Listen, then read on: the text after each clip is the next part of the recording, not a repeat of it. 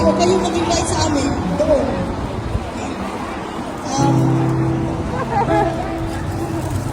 We will have a very beautiful performer. She is the owner of a very personal car, which the nameplate is Digong. Yeah. Kung gusto niyo magpa-picture sa car niya, may car siya dyan na ang nameplate pangalan Digong. It's a very historical car from Denmark. And today,